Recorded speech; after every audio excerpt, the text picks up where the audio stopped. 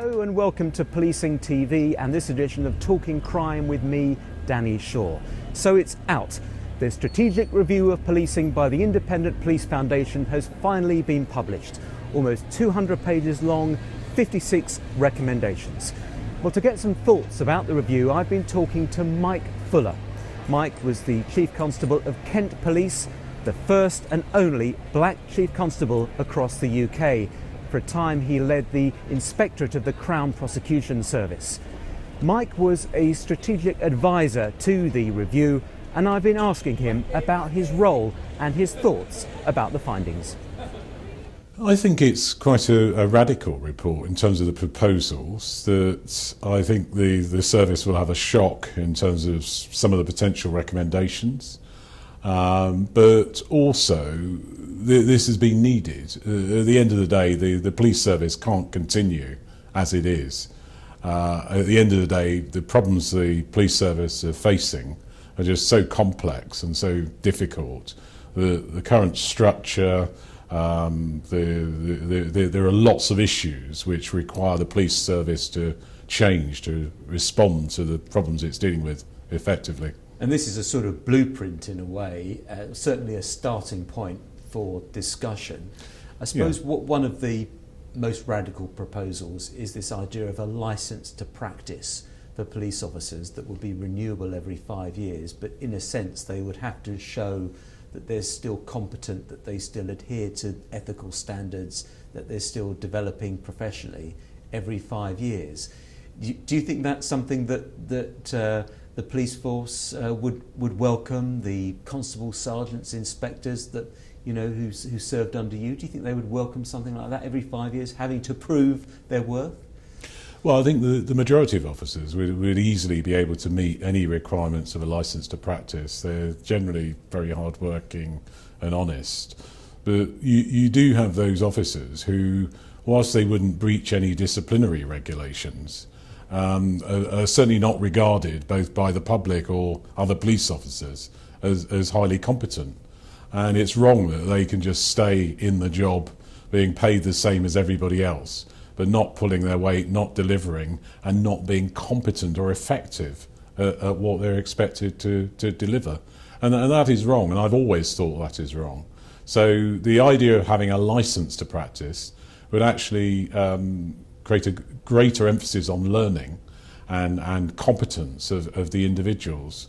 Because that goes to confidence as well in terms of the public. If you call out somebody who is a professional or they're giving you advice, you expect them to be competent in the way they give you that advice. And if they're not, then clearly they shouldn't be allowed to practice. But we heard from Sir Tom Windsor, the Chief Inspector of Constabulary, that he'd suggested this about 10 years ago, and he'd come into legal problems about, in effect, having people who are permanently on staff being required every 5 years to prove their worth. And secondly, he said, ferocious opposition from the Police Federation. So it's not going to get off the ground, is it, something like that? Well, I think public expectations are different now. The public rightly require high standards of the police, and you see the same practices going on in medicine, law, where people are required to actually develop themselves continually and continuous professional development. And the police service shouldn't be any different from that. When you look at the powers they're enacting, they have the power to take people's lives in certain circumstances. You want people who have proven themselves to be competent at their work. And I don't think that's unreasonable. Bearing in mind the police is being professionalised. We expect a lot from the police. And we're in very different times to 10 years ago, or the times that Tom Windsor was talking about. So you think there could be an appetite for reform in this area, something like this? Well, I think it's for others to decide whether there's the appetite, but I think it's something that should be recommended. It should be considered very seriously by everybody. And certainly it's important for police officers themselves to have colleagues who are highly professional and competent. One of the other proposals that sort of certainly struck me as sort of more radical is the idea of positive discrimination, a law that would allow that for a time-limited period for police forces so they could prioritise the recruitment of black and minority ethnic officers into the service, because the numbers are not good in the police force at the moment, although there's been some improvement, particularly for black officers. The representation levels are far too low. You were the first Black Chief Constable of Kent Police, and I think the only one to have held that post. What do you make of that idea?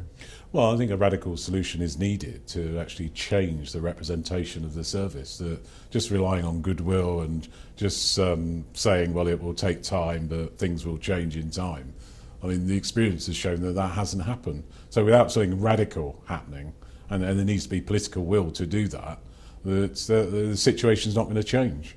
And without a representative service, there won't be the trust and confidence within the black community in the police service. So something radical needs to be done, and the idea of positive discrimination, which we've seen happen in Northern Ireland, so there are other precedents for this. This could be done to actually improve the representation of the service and increase trust and confidence in the service. Isn't there a danger, though, with enacting a law like that people would see it as giving sort of black and ethnic minority candidates sort of favourable treatment? It could be counterproductive. You might lose the consent of other members of communities. Well, we haven't seen that in Northern Ireland, where we've looked at religious positive discrimination. At the end of the day, it's increased the representation very successfully, and there hasn't been that kickback. At the end of the day, it's actually righting a wrong, and that's how it's been viewed. And I think the same would happen if racial representation was increased and improved, and you had a representative police service. I mean, whilst you don't have a representative police service, then you're not going to have the confidence from certain sections of the community, particularly the black community, in the police, and it's going to make the job of the police a lot more difficult.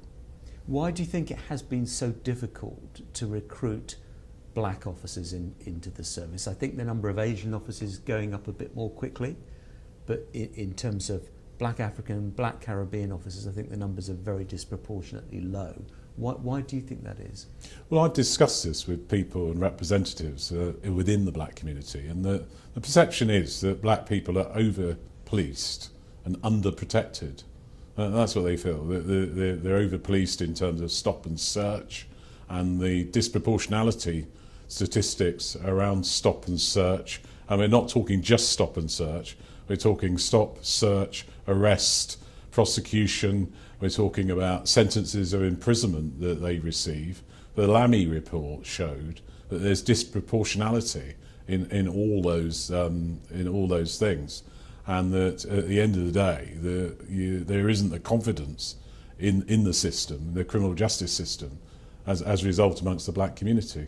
So unless that's addressed as an issue and representation is increased, then you're not going to have the trust and confidence that's needed. It's not just about recruitment, it's about retention though as well. Because we are seeing even now with the uplift programme, the recruitment programme, that there are still significant numbers who join and then leave within a fairly short period of time.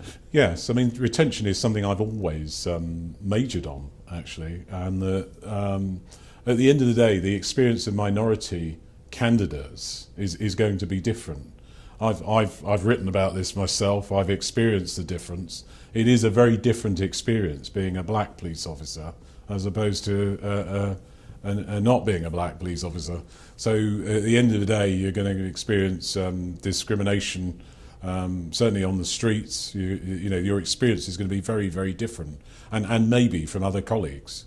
So I think more support is needed, and some of the issues around discriminatory selection processes need to be looked at, and there needs to be more inbuilt support to ensure that all the effort you put into recruiting people is not wasted in actually losing those people from the service. So retention is a big issue and needs to be majored on.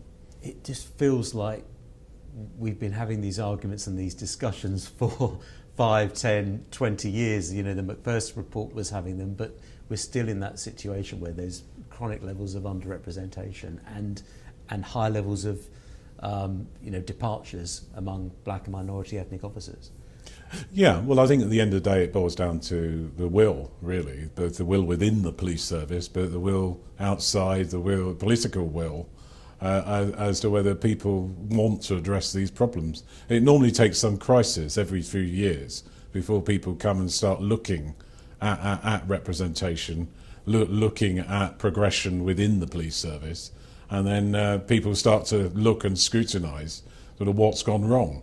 But the answers are there. It's about the will to adopt the solutions that we've talked about.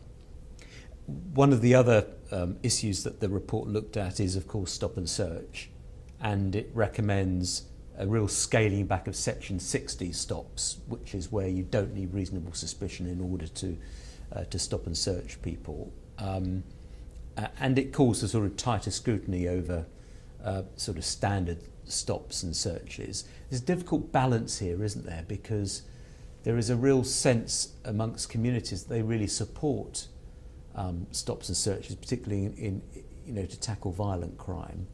And the police say it does make a real difference in it, and it provides a deterrent. Where do you stand on that? Well, I think stop and search used intelligently can actually be very effective. So repeated and stop and searches of the same individuals at the end of the day just alienates those individuals if it's not carried out with good reason, good intelligence, and it's just done as the way of the police using their power, abusing their power, then clearly that's something I wouldn't support.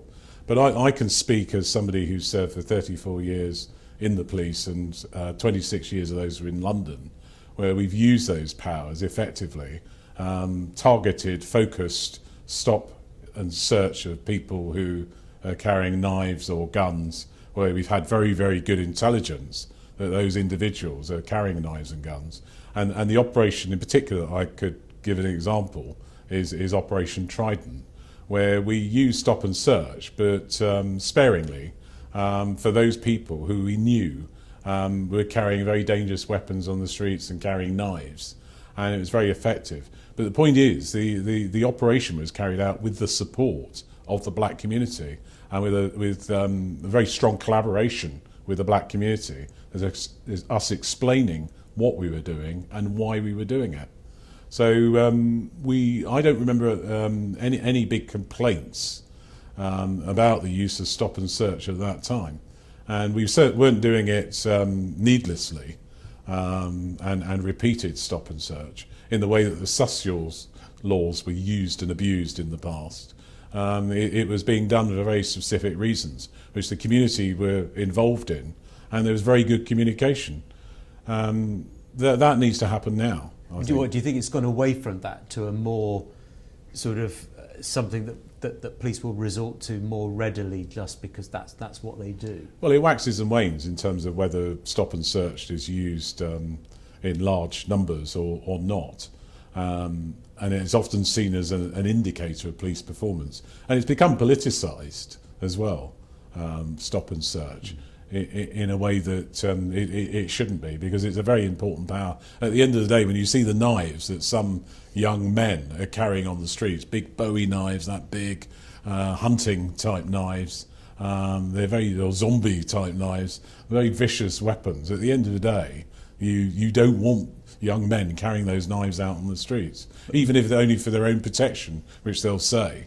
At the end of the day, that's just not acceptable, and the police are expected to do something about it. But the report makes clear that I think most searches are drug searches, aren't they? Primarily, I think, for cannabis. Yeah. Well, that's something I wouldn't support. At the end of the day, that I think there has to be good reason. I don't obviously support people having and possessing cannabis, but at the end of the day, the mass stop and search, which is random and just alienates local communities. And certainly on Operation Trident, where over 4 years we were carrying out very focused stop and search, intelligence stops, intelligence-led, At the end of the day, we recovered lots of guns and knives and weapons that would have been used by these young men on each other. So where we did that and we explained to communities what we were doing and why, and we recovered drugs as well.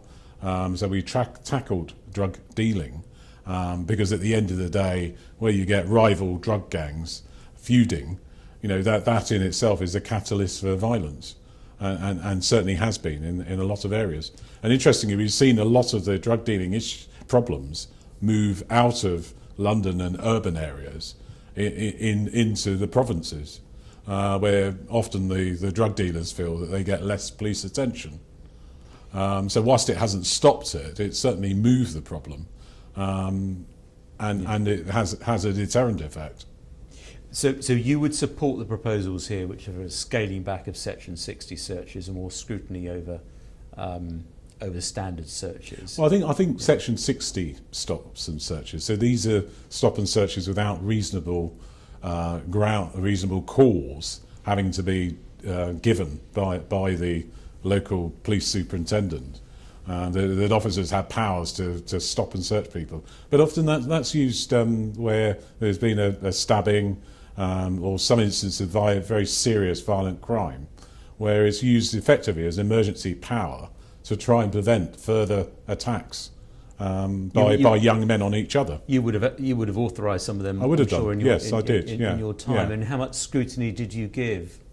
I gave lots of scrutiny. I was very keen that the power be used sparingly and with good justification, and I knew that I'd have to give that justification at court if challenged. So I would scrutinise the applications very, very thoroughly and use them very sparingly. So that's stop and search. One of the other things I think that's striking about this report is that there's a section about development of and leadership skills in the service, and certainly in terms of leadership and supervision, there appears to be very little sort of development, even at sergeant level and so on. I mean, was that your sort of understanding? Do you recognise that picture that's painted from your experience? I've heard and seen that it's declined, the training and development of sergeants. I mean, the frontline, first-line supervisors have always been regarded by the police service as the most important people in terms of the culture of the police service. What's condoned, whether bad behaviour is actually clamped down on or condoned and allowed to continue. These are sergeants, inspectors and superintendents. Yeah. Sergeants and inspectors are particularly crucial in actually determining the culture of the organisation and whether bad behaviour is condoned or not. So some of the problems that have arisen in recent months, some of the misconduct cases, some of the Charing Cross report. So some of that is down to supervisors. Yes, condoning bad behaviour and not setting standards. Yeah, not setting proper standards of behaviour and conduct. And you think there's been a sort of a slippage there in that definitely, sense? Yeah. And the proposals in the report, which really place an emphasis on that, and I think call on the College of Policing for a sort of a leadership section or leadership centre. Will that address it, do you think? Well, I think to a certain extent, but at the end of the day, sergeants and inspectors know what's right and wrong, and they need to be held to account if they don't tackle wrongdoing.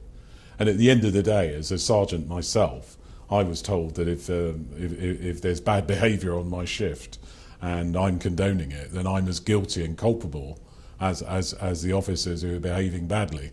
So at the end of the day, that it's well within the power, without any further training, of sergeants and inspectors to do more to not condone and come down on bad and wrongful behaviour. But that comes from the people above them, doesn't it? It does, yes, all the way down the chain of command. But the point being that the sergeants often are in contact with the junior officers far more frequently, and they would know and they should know what's going on. So there's leadership at that level, but the strategic review also talks about the sort of shortage of candidates for chief constable roles, yes, and how they tend to go to the deputy, and this isn't terribly healthy. Why do you think that is? Well, I think there are a lot of disincentives to be a chief constable. There's huge pressures in terms of the job itself and public scrutiny, public criticism, media criticism. There are a lot of disincentives to actually being the leader of a police force. At the end of the day, you're managing risk, and very high risk, every day in terms of the decisions that you have to make. There's always a risk that you make mistakes, and big mistakes, and they're very high profile mistakes if you make mistakes.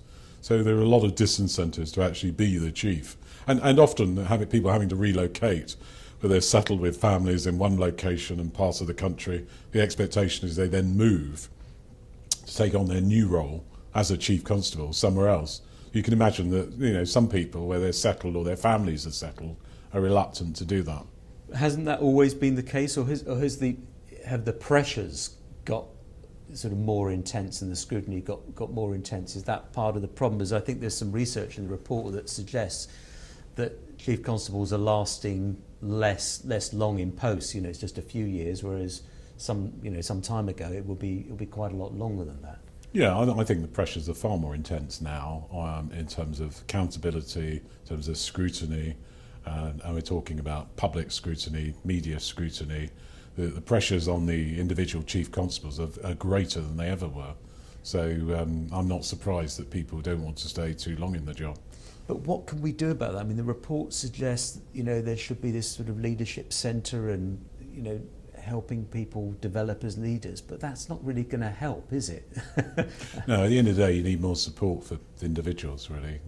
It's a very lonely job. I found that. You're having to make decisions and critical decisions yourself, and very little support provided. Yes, you have people above you, you have people below you, but what's needed, I think, is more support for those people in that role. Because at the end of the day, if you get things wrong, you're going to need support in the fact that you haven't got decisions right, and your key role is making decisions and making good decisions. But you're not going to get them all right, the best will in the world, because you never have enough information on which to base decisions. So you would see support as what, coming from fellow chiefs? Maybe fellow chiefs or somewhere else, but that should be inbuilt as part of the role. And so you'd like to see more of an emphasis on that? I would, yeah. Yeah. How long were you chief for? 6 years. That's quite a long longer time. than that. Yeah, it was a long time. Yeah. So I had my term extended, but I mean, I knew that I'd have to finish at 7 years, because that was the maximum at the time. But you got some decisions wrong. Well, I don't think many, actually. I mean, there aren't many that I can point to, or that you could point to, probably. But I mean that. But the reality is. The reality is that, yeah.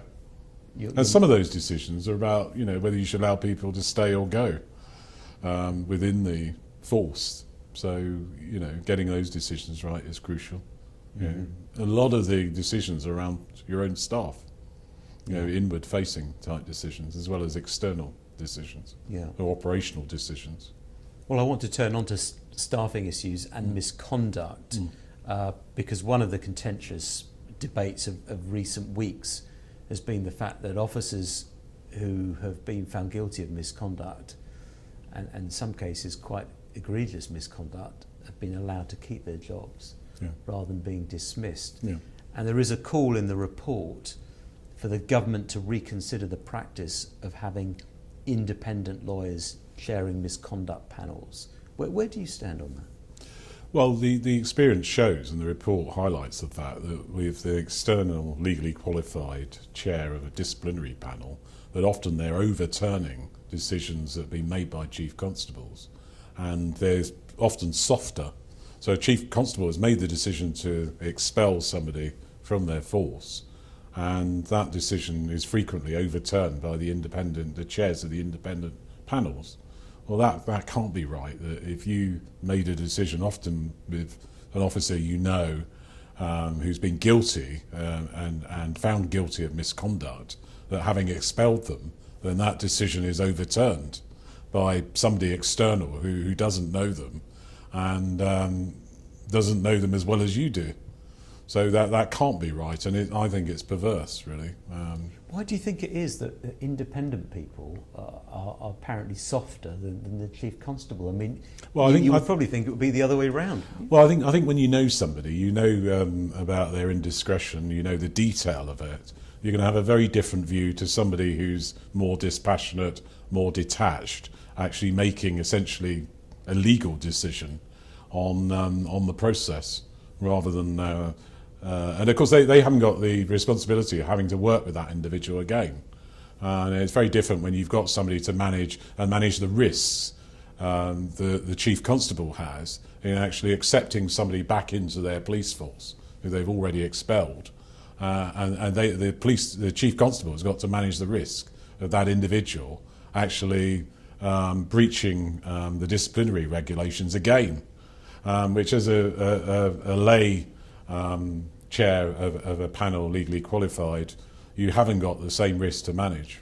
So I don't think that can be right. And I think, there's one thing if there hasn't been fair and just process in the way somebody's been dealt with, and it's important that is tackled and any decision is overturned if it's a perverse decision by the Chief Constable.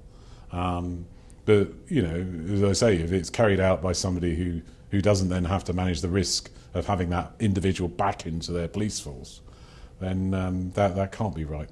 So as a Chief Constable, you would have operated on the days when you or one of your top team would have chaired the disciplinary panels, is that right? Yeah, and at the end of the day, I can remember one decision I had, without going into any detail, overturned, where an officer conducted what I felt was a sexual assault. I dismissed the officer. That was overturned by a panel, an independent lay, legally qualified assessor, an appeals panel, who didn't think dismissal was justified. But I'm, without going into the detail, I'm very confident it was.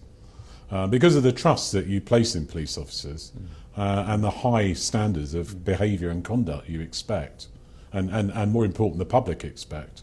So you need to have that sort of experience, that policing lens to see these cases, whereas we went to a system with an independent, legally qualified chair because it was felt that, it might be biased somehow. The police might, there might be some favouritism creeping in, perhaps in a small force, when it's people who you might sort of, go easier on them. Actually, it's turned out to be the opposite. It has, yeah.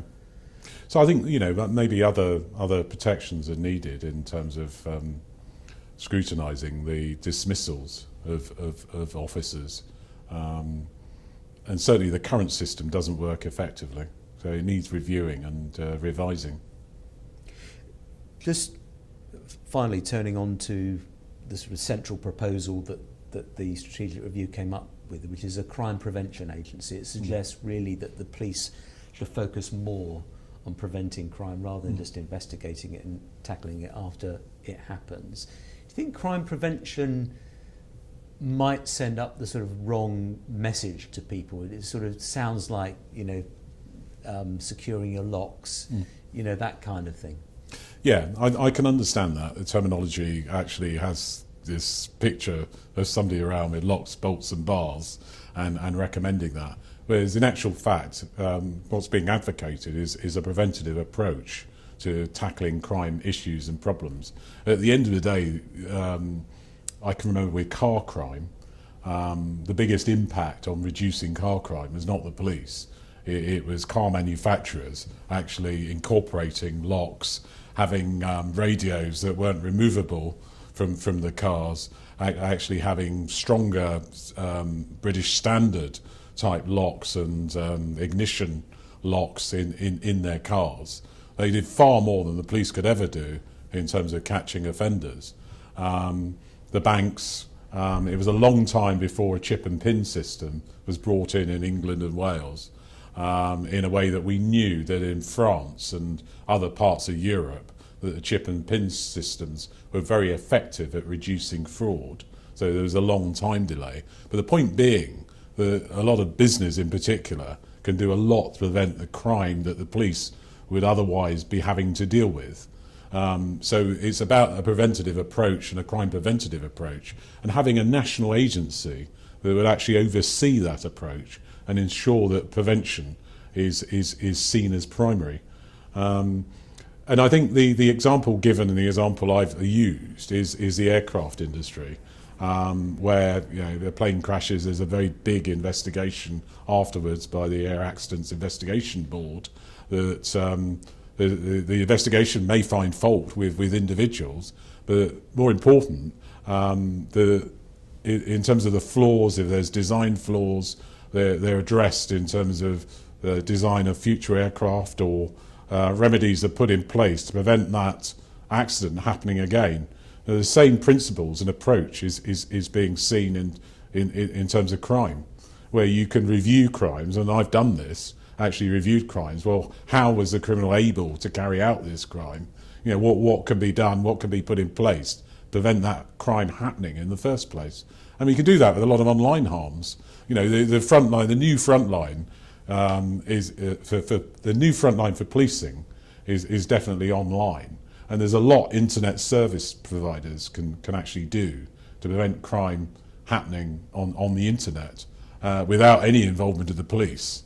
They have the power, they have the ability, the capability to actually prevent a lot of crime. So this national agency, and it needs to be national for the sake of consistency, would actually oversee this policy and approach.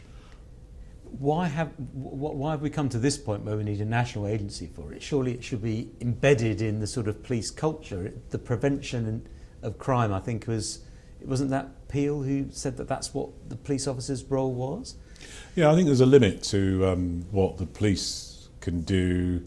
What you wouldn't want is a piecemeal approach in terms of one police force actually approaching internet service providers and another not. A lot of these initiatives would need to be led nationally, and you'd have to have consistency of approach in terms of what's done to prevent whatever harm it is, whether it's an online harm or whether it's something else where the business puts procedures in place to prevent fraud, for example. That would need to be done and led on a national basis. Just finally, is there anything in this report? I know it's 196 pages, there are over 50 recommendations. Is there anything that you feel that should have been in there, or that you were pushing to be in there but didn't make it in there, or any areas that you would have liked to see greater emphasis on? Well, I think the trouble is that you can highlight problems, but you also need to be constructive and come up with solutions. So there's issues I'm concerned about around legitimacy and how the police are viewed and whether they're seen as legitimate. And I know around some of the black communities there's still sort of problems and mistrust of the police as an institution. Actually mandating and coming up with recommendations as to how that should be addressed is a lot more difficult. I think increasing representation, police using their powers sparingly but intelligently, and being more effective in the way they use their powers will help with that. But treating people with dignity and respect, do you need a recommendation around that? Some of these things are blindingly obvious. Should be built into the to the job. They should be built into the job, and you shouldn't need a recommendation around that. So some of those issues are the bigger issues at the moment in terms of a crisis in confidence in police and policing. So yes, I think if anything, I would have put a greater emphasis on that. But I certainly support the whole thrust of the report, which is about the preventative approach and the fact that there isn't sufficient emphasis and focus on actually preventing crime. It is, I think, the whole of the police service and the way they work is very much geared about responding to it, and sometimes responding to it fast, and sometimes responding to it not so fast. But prevention is always seen as a bit of the softer end. Prevention is seen as boring. Yeah. But it's really crucial. Yeah, and the one thing I would say, having worked with a lot of officers in various different specialist units, is that the police are very good in responding to crises, whether it's somebody being kidnapped and being held hostage, somebody being attacked. I've seen generally a very professional response to crisis type incidents where a quick response is required. But actually tackling and solving long-term crime issues is not something the service traditionally has been very good at. And you know, very much a change of emphasis is needed and recommended. Do you think they need to recruit a different sort of person? Because I mean, traditionally it has attracted people who perhaps had careers in the military, for example, or some of the adverts used to emphasise, you know, fast cars, responding to events and so on, that sort of nature of it. Perhaps it needs to reach out and attract people who are actually more concerned about building long-term relationships with communities, you know, educating people and so on. Well, I mean, the problems, as I said, the problems of the future are very much online harms. And you do need people with different skills, different backgrounds to tackle the crime problems of the future. So you do need people with highly computer literate, highly IT literate, very, very different skills to what we've got now. So either selecting people with those skills or training people in those skills. But either way, you'll need a very different person of the future if we're to be successful in tackling the criminality of the future. I mean, and the service hasn't kept up. There's no question about that it hasn't kept up with the changing crime patterns and as to how crimes are carried out. I mean, computer-enabled fraud is something that the service just hasn't got to grips with. And when we say the police service, the role of the police might be to actually lobby and get other business to actually change their behaviour, bring in preventative measures.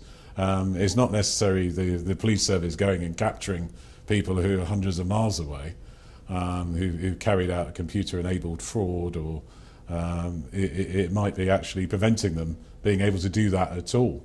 So, you know, the role of the police is going to be viewed differently in the future as well.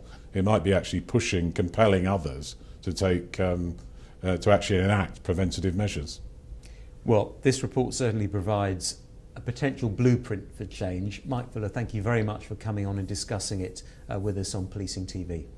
Pleasure.